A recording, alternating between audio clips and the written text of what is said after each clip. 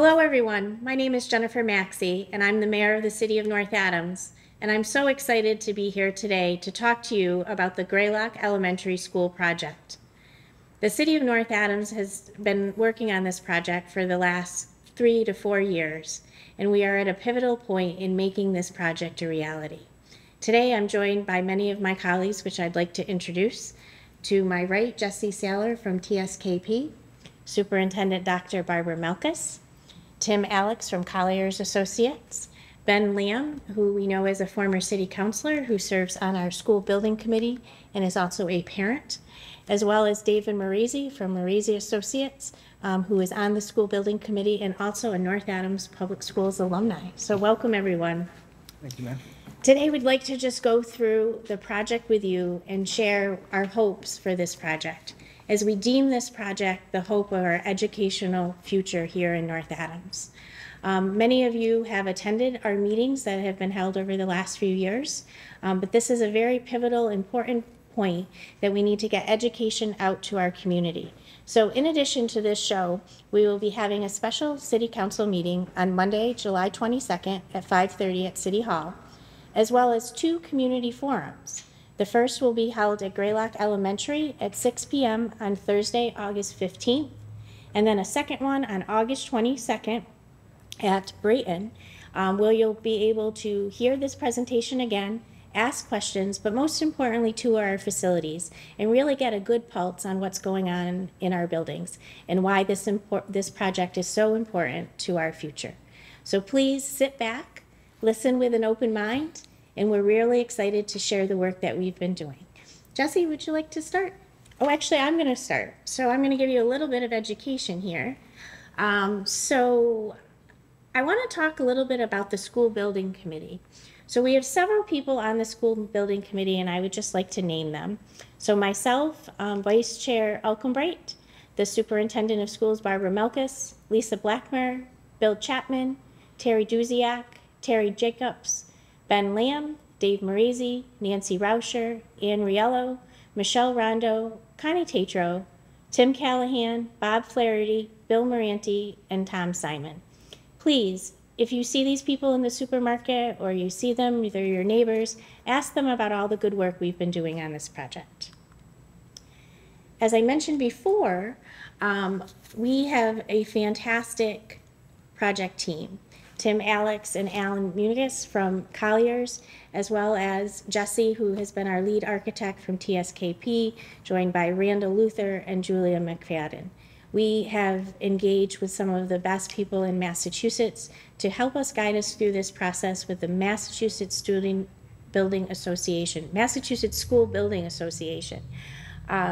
What's important here to know that because of all the hard work of this team, it has teed us up to be 80% eligible for a grant or a reimbursable grant, which will help us do this project. So we'll talk more about numbers at a later date, but for now, we really want you to learn about our vision, not only for the educational part of our school, but for the facility itself. Now I'll turn it over to Jesse. Thank you, Mayor Maxey. Let me start by saying how grateful we are to have this opportunity to work with the City of North Adams on this project. We're really excited about this project, and we think it will be wonderful for your students and for the city. Going into the presentation, the process to get here has been years and required a great deal of public involvement. In 2019, when the city submitted a statement of interest to the MSBA, it began. It proceeded in a series of visioning meetings in which teachers and parents provided input, developing educational goals, which Superintendent Malkus will talk to us a little bit about.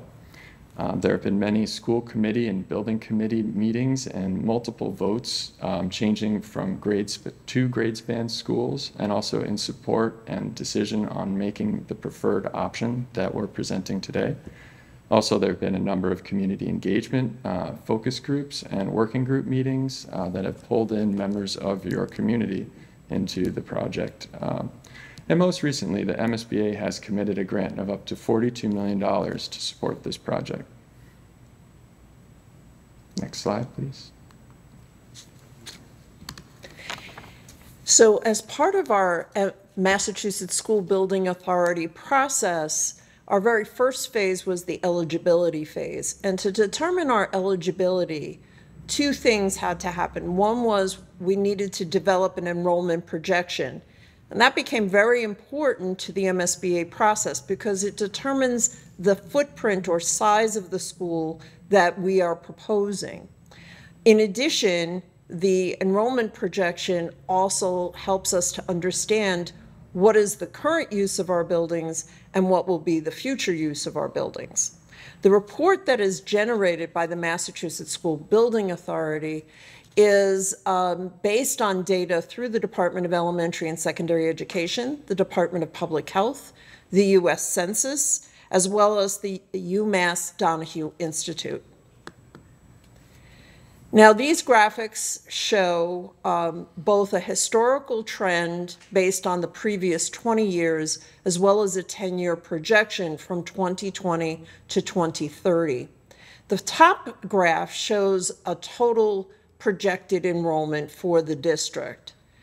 The bottom graph distinguishes between K-6, not including our pre-K registration, and 7 through 12, our secondary schools enrollment. The green line represents grades 7 through 12. The red line, which you can see is higher, represents the enrollment projection for our elementary grades. Now, I know that this is a lot of data on this graph, and I don't expect that folks are going to be able to zero in and take a look at it specifically, but I did want to share the data table that includes the rate of birth, the actual enrollment figures, as well as the 10-year projection indicated in gold on this data table. At the very bottom, they indicate that for our K through 6 elementary school population in 2030, we are expecting it to be at 625 students. That's important to us because as we consider the various buildings within our district, we would not be able to house all of our K through 6 students in one school. We would need to have at least 2 schools because the current building capacity of either Brayton or Colgrove, being our newest buildings, 625 exceeds those projections. So we know that we would not be able to house all of our students in one school. We would need 2 schools. And so the distinguishing factor there is which of our 2 schools, whether it would be a new Greylock Elementary School or a renovated Brayton Elementary School. You'll notice on the chart here that there's available seats outside of the projected school enrollment at 716. That is a difference of 91 students between available seats and our projected enrollment of 625. That represents our pre-K enrollment. Our pre-K enrollment is normally between 90 and 95 students.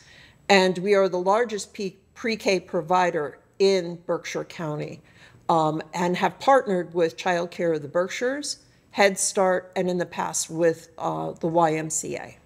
So that part of our pre-K enrollment is funded through a state grant, a comprehensive preschool partnership initiative.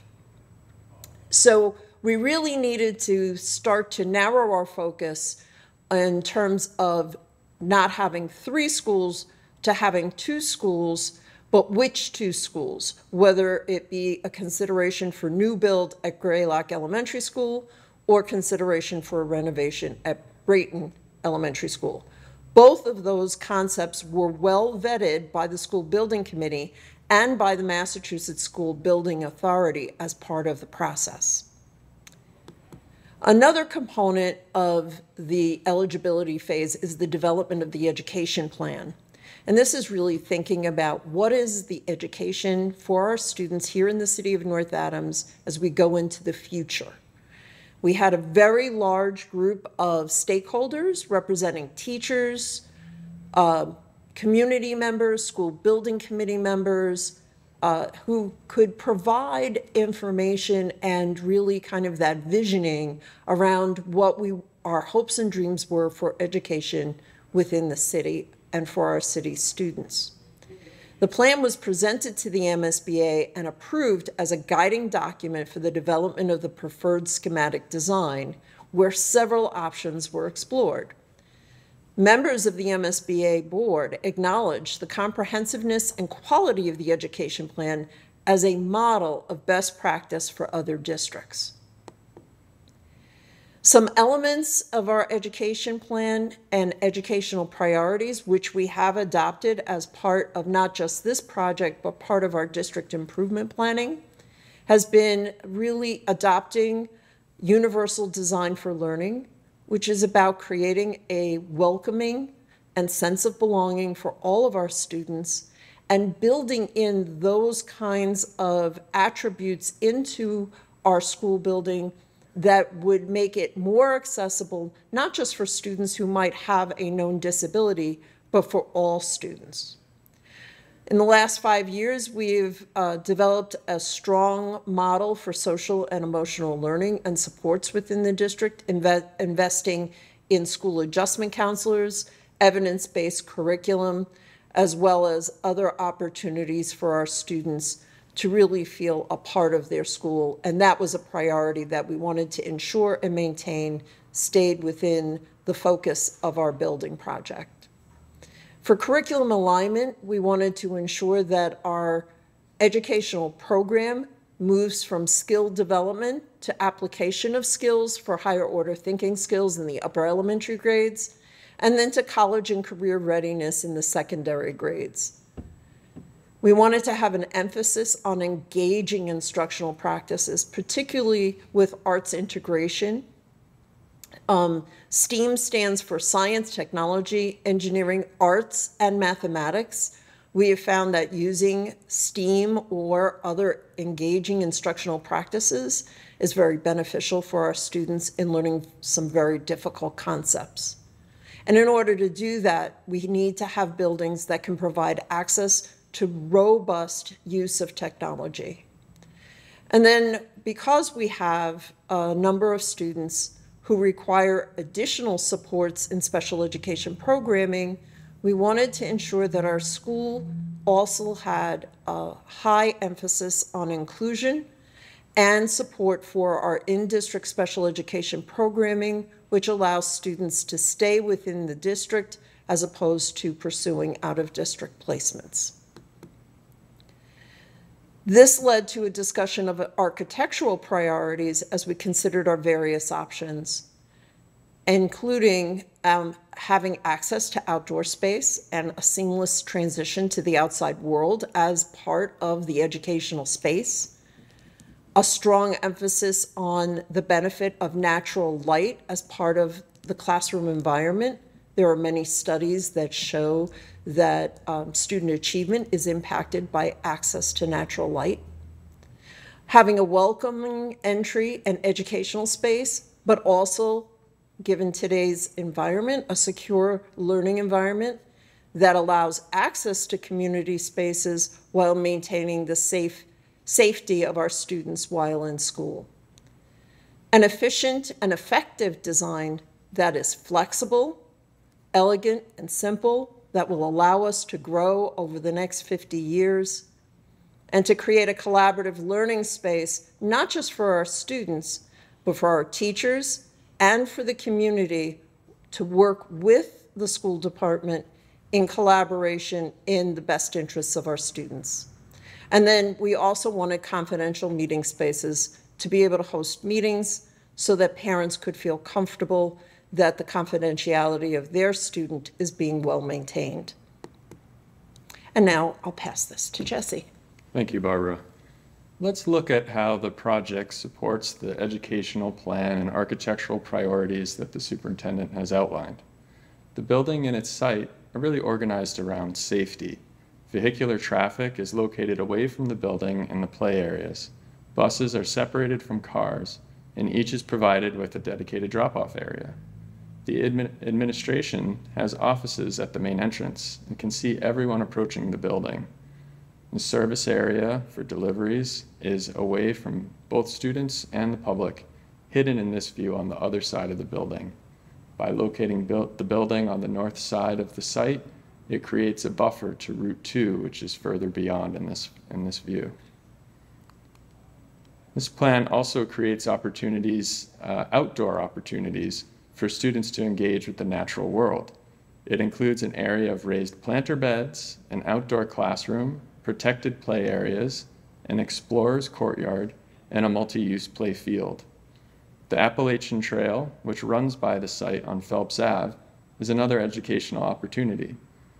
To support the hiking community, the project includes an improved informational kiosk in the southeast corner of the site. Also, the North Adams community benefits from this project with additional parking constructed for the school, which will also serve the fields at the Alcombright Athletic Complex. A new basketball court and pickleball courts are being designed as part of the project as an ad alternate. The main entrance of the building faces south and is a sunlit space protected from the elements and shaded by an overhanging roof. Warm, natural materials flank the entrance. We refer to it as a community porch because it is a space where we think people will feel comfortable and will naturally want to stop and chat. Here's a view of the lobby, which is an indoor extension of that community porch. You reach the lobby after passing through the general office and checking in at the main desk. It provides an opportunity for the school to present itself, its interesting programs, and student work that's going on in the school. It also visually connects the two levels of the school. Looking at the first floor plan, we see that the larger spaces that will be available for use by the community, such as the gym, the cafeteria, the media center, and possibly the music room, are located near the main entrance, which allows them to be accessed after school hours while retaining secure academic areas. A theatrical performance or a movie can be presented to an audience in either the gym or the cafeteria by virtue of the stage being located between these rooms, allowing flexibility in terms of scheduling and audience size. Also, we see that the pre-K and kindergarten classrooms are organized into neighborhoods for collaboration. Each neighborhood, complete with corridor breakout spaces, small group instruction rooms, storage, and spaces dedicated to special services, has access to a courtyard and outdoor classroom and play areas to the west. The plan is simple and compact, and it achieves key adjacencies identified in the educational plan. Here we have a view of the cafeteria, which is on the right. You can see it's filled with daylight from skylights above, and that the daylight illuminates the room itself as well as the corridors which run around it on the first and second floors. On the left, you can see the walls of the media center, which have playful window shapes that create a fun space for students to sit with a book. A little further down the corridor on the left, you see larger windows which allow visitors to see what is happening in the Creativity Lab, an extension of the Media Center that supports arts and crafts and science projects. This is the STEAM program that the superintendent was talking about. Similar to the cafeteria, the gym is a double-height space that visually connects the school. It is able to be subdivided to provide multiple teaching spaces, and it has windows which offer views out to the playfield and playgrounds, encouraging classes to go outside. Like the cafe, the gym is a community amenity and includes a regulation basketball court with bleacher seating. Here we have a view of the corridor in the kindergarten neighborhood. This corridor widens where it runs by the courtyard to create space for small group learning outside the classroom. If we turn and look out the window of the breakout space, we see the courtyard. This is the most important feature of this courtyard is the turtle pond, a habitat intended for turtles that currently live in the Greylock School courtyard. The first and second grade classroom neighborhoods are located on the second floor. Pairs of classrooms share a small group instruction room, which has glass walls that allow the teacher to keep an eye on independent small groups of students working on a project in these rooms.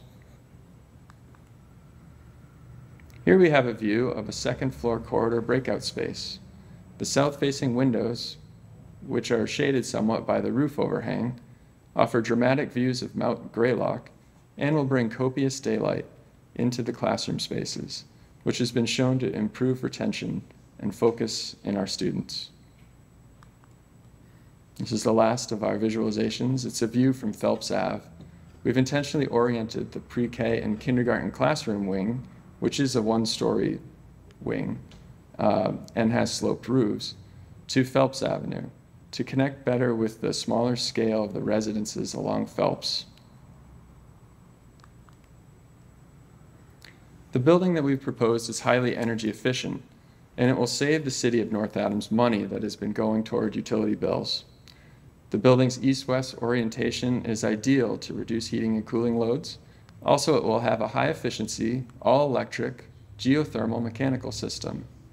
With the Greylock building coming offline, our models show the new building will save the city $110,000 per year in utility costs, which equates to $3.3 million over 30 years.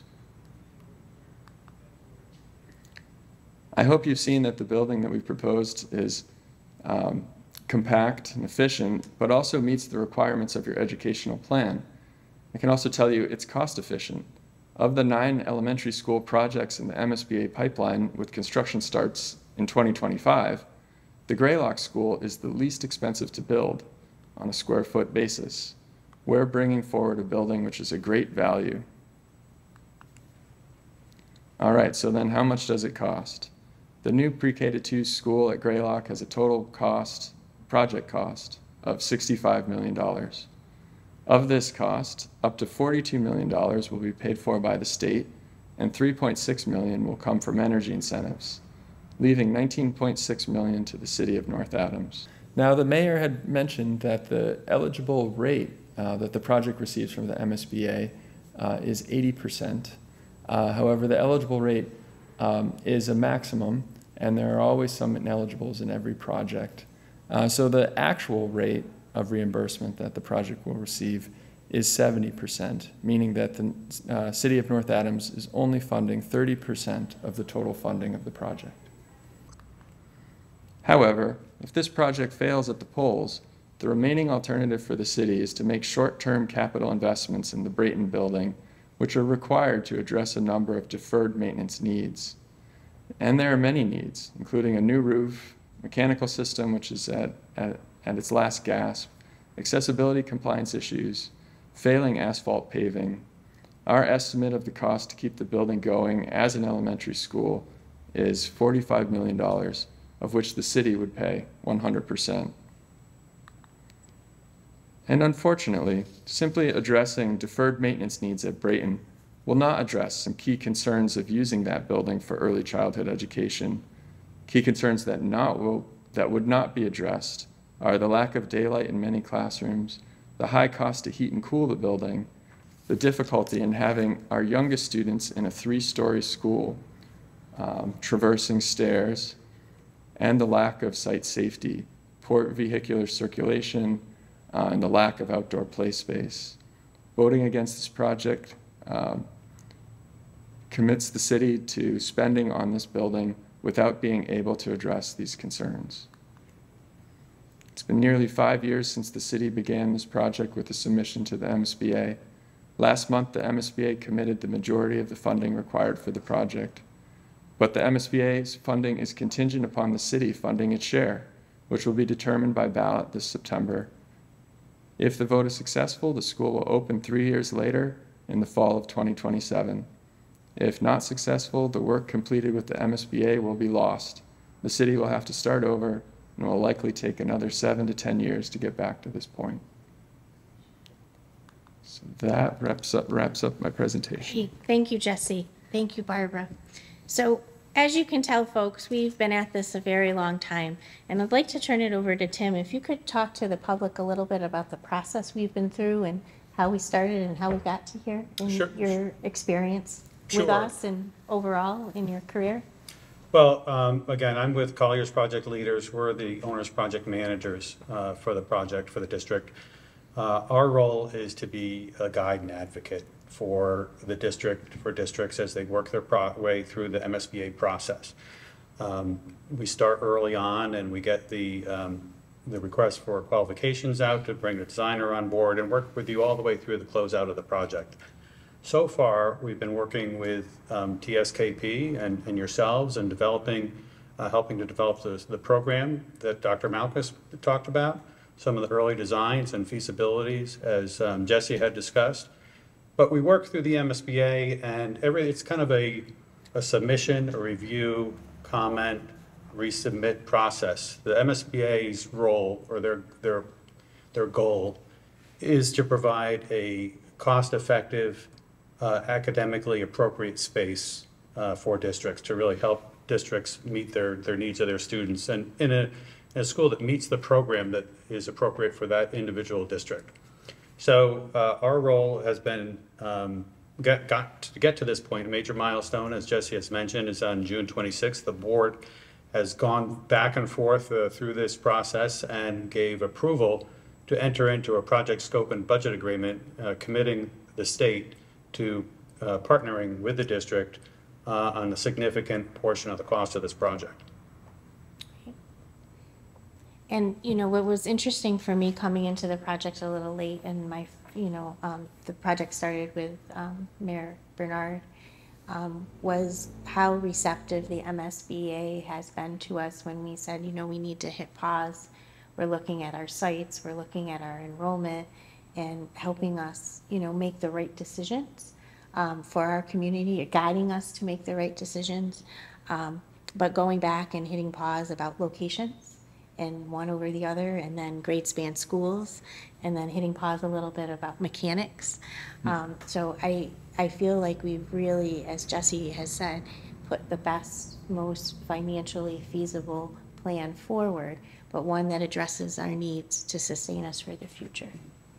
Yeah, I agree. The MSBA isn't looking for reasons to knock you out of the program. They're really looking to help you find a site that works for you, find a solution that works for your individual needs. Every community is a little different and has specific goals, and so they're really trying to find the right site, find a solution that would work for you, find what's best for the long term, not just a short-term fix, but really selfishly to have a successful project, so you're not going back to the MSBA looking for some changes in 5, 10, 15 years down the road. They're looking the 50 years out. They want to make sure that your needs are addressed.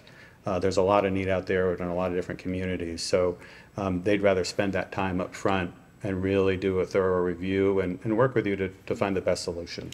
One of the critical comments that we've received is that it looks so big and that it's too big to suit our needs. Could Jesse or Tim speak to that about the square footage and the guide that the MSBA uses? I can start off with that, and then I'll turn it over to Jesse. Yes, the MSBA does have kind of a template that they use for elementary school projects that really talks about what they anticipate this different spaces would need to be based on the enrollment that Dr. Malkus had talked about. And then there's the different types of spaces that you would need. And Jesse and his team have worked together to find adjacencies, having different rooms near one another, and finding a plan that really works with your program and their template, the MSBA's template, to really make those mesh and come together. Yeah, that's a good point. It reminds me that at a certain point in the process, we were evaluating cost and looking for opportunities to reduce the project cost to the town. And we looked at making a smaller gymnasium, for example, recognizing that the youngest students here could probably be fine with the smaller gymnasium, and the community would have to go without the regulation-sized basketball court that we have. But what we found was that the MSBA funding is attached to the square footage within their guideline. And so by reducing the gymnasium, the actual cost to the city didn't reduce at all. So you have a school that follows the MSBA guideline because that is square footage that they're essentially funding. And so it's a real benefit, I think, to the city that the MSBA attaches their funding to that square footage, because it stops you from providing a school with undersized classrooms or an undersized gymnasium. You're being brought right up to the same standards that everyone else in the state is following. And we were very focused on that this building, while educationally it'll be pre-K to 2, we wanted it to be accessible and used by the community, not only for athletic events, but maybe larger speaking events. And you know, that's why we shunned away from internally about reducing that footprint. But really the size of the school is really dictated by the standard of the MSBA and what our educational vision shows. So thank you for that. Thank you, Tim. Sure. Dave, Yeah. alum of the North Adams Public Schools. Hey, what a great upbringing it Yeah, was. so can you talk to the community a little bit how you think this project is important just in your own experience in education, plus in the future Yeah. of North Adams? There's no doubt, new construction's always the way to go. From an efficiency standpoint, and to be able to see this amazing building being proposed for North Adams, I mean, the trickle-down benefits are going to be huge. I myself, I talked about it all throughout my college years, the upbringing I had in North Adams through elementary school, right through the high school, second to none, second to none. But this is going to attract more, quite frankly, development and investment in North Adams. Oftentimes, as we know, when people come to the community, they look at the elementary schools, they look at the school system, and they want to come into a school system that's gonna be great to raise their children here in the community. So to be able to tout this amazing new school is really going to be beneficial as we look to attract more people to move into the community. Also, the present buildings that we're faced with, be it be it Brayton or Greylock, they're old buildings. They're old buildings, they're tired. We've heard all the mentions of all the issues with them and stuff. Very expensive, very challenging to renovate them. Unlike when they did Colgrove, which was a building that was built to last throughout the years. But when we look at a place like Brayton and we look at Greylock, these buildings were built for a very specific amount of time. And quite frankly, I know Brayton's not as old, but quite frankly, they're tired, and it's not cost effective. If we had more room for development in North Adams, I guarantee there'd be a lot more new development than trying to renovate properties that we have. So this is just going to be huge for the community, and I'm excited, and I think the community should be really excited. Dave, could you just talk a little bit about, because you're so busy in your own business, and we appreciate the time Sure. that you've spent. Could you just talk a little bit about how you felt as a resident, a former resident, and a business person in North Adams about being part of the process? Yeah. Because we really wanted the process to touch everyone. Definitely. And be inclusive. Yeah, no, very much appreciated. And I always remind people I still maintain a house in North Adams. No, thank you. So I still pay taxes. Yeah, you have a as a member of this building committee, was excited when you reached out to participate in it, and definitely was more than happy to accept. But there's so many members of this community and even on this committee that can just get behind and rally behind a project like this. I myself, as you say, with all the little things that my hands are in, I realize to have first-rate schools and first-rate school buildings is just so important to our community.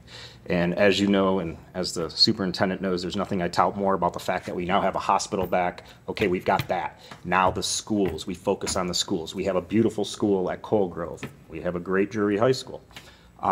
Seems like kind of the final missing link that needs to be addressed at this time, and the time is now. Thank you. Yep, thank you, Mayor. you. Next on our panel, we have Ben Lamb, who wears many hats, but you're here today as a school building committee member as well as a parent. So how important is this project to you? This is a paramount opportunity. I'll just use that phrase. When we look at, I walk my kids to Brayton every day, right? So I walk my 7-year-old over to Brayton from our home. And to see what this opportunity can provide for not just a neighborhood, but the entire population of youth pre-K to 2 in North Adams is incredible. Like this is one of those things where if we grab it and we make it happen, it's going to be a game changer, not just for our families with our youth, but for the community in general. To Dave's point, this is the type of thing that drives investment. It's the type of thing that attracts families. If we were looking at relocating, we would see this as a gem. of an opportunity where our children could, participate in a space that's exciting and engaging and that their teachers really love going to every day. Again, thinking of the spaces as not just being space for the kids, but also being space where we have a workforce that's going there every day. And they should be excited about walking through the doors just as much as the kids are. The parents too, the community members. This is a neighborhood school again, right? It's creating those spaces that are common use. It's providing opportunities for cross-community engagement that we sometimes lack in terms of public access. And so it really pulls together those key components that made Greylock so special as the school it was, in that it was a community school, it was a place to congregate, it was a place for interactions to occur. So it captures that, it keeps the turtle pond, but then it also blows out the doors in terms of integrating the STEAM, integrating these new programmatic pieces that are going to be necessary for our kids for the next generation of workforce, for that next opportunity to recruit and retain families in our community. So for me, even though I don't know that either of my children will actually get a chance to, leverage the benefit of the school just because they'll be aged out, but at the same time, this is for the families of the next 50 years. This is that thing that's going to be the new shining gem of North Adams and of Northern Berkshire, quite frankly. So for me, it goes way beyond just being a parent of a couple of kids that might benefit from going there for school, but it goes to that level of this is the space for community to be made and for our youth to be educated for the next generations. Now, Ben, I know you and I have had some conversations in your professional role when people come to One Berkshire and ask about developing in all the communities you serve. Education is very important. So Yep. would you say that that's one of the first questions they ask? What kind of school systems do you have? Yep. Or? Always. We get a lot of relocators that come through our doors that are looking at the Berkshires in general. And they're looking at the communities and asking those really critical points to their quality of life. It doesn't just have to do with, will their business thrive here, but will their family, will the people that work for them be able to thrive here?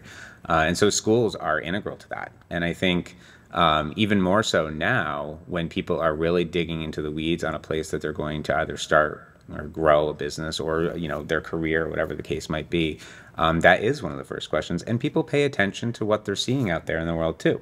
For 4+ years now, there's been quite a robust docket of press covering this project over time. And so, even within probably the last 6 months, there's been a number of people that have specifically asked me about North Adams because they've heard, I've heard about the school building project and I've heard about this. And, we love Mass Mocha and we love the restaurants that are popping up. And so it has a lot of those aspects already here, right? We already have some really incredible assets, and the hospital being one coming back online, like that's another big benchmark moment. But they keep asking about what's the status on the school building, where's that going? And, and I'm telling them, the designs are incredible and it's this beautiful space. And imagine all the natural light I did not have great natural light in the school that I went to when I was growing up. And I can just see what that benefit has had, looking at other districts and other locations. And so when we think about those pull factors or those retention factors for folks, it's not so much thinking about, a major downtown nightlife scene. No, it's thinking about where are the places that I'm going to be able to send my kids every day that's safe, secure, engaging, attractive, and a place that I'm excited to go when I bring them every day. So it's a major draw. And when we look at kind of what happened with Coal Grove as an example, when Coal Grove was built, even though it was only part of our district that benefited from it, we actually saw people migrate to the neighborhoods that school served. We're going to see that happen for the entire city of North Adams with this, because this school is going to serve every pre-K to 2 student in the district. So this impacts our entire city, not just one part of it. And I think that's also a big piece of it too. Thank you, Ben. Anyone else have anything that they'd like to add? Super, Cassie? No? Okay, so with that gives you a quick overview of what is going on with Greylock Elementary and our future project. We really consider this an investment in our students and our future of North Adams. So with that, if you have any questions, please reach out to us or go to the public schools website, which is napsk12.org, and look for the Greylock School Project. There are some frequently asked questions which we are updating regularly, as well as links to all of our meetings and information about the project. Again, we are having a special city council meeting On Monday, July 22nd at 5:30 at City Hall.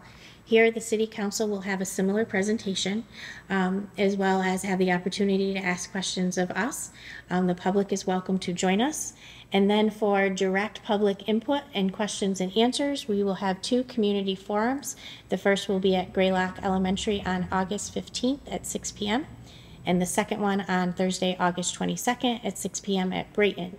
At both of those forums, you'll have an opportunity to hear this presentation again, ask questions, tour both facilities, and really dig in and see what we're talking about. So I thank you all for your time. We look forward to seeing you, and we're very excited about this project as we really want a positive outcome for the future of our educational platform for the city of North Adams. So thank you, folks, and reach out with any questions or interests that you have.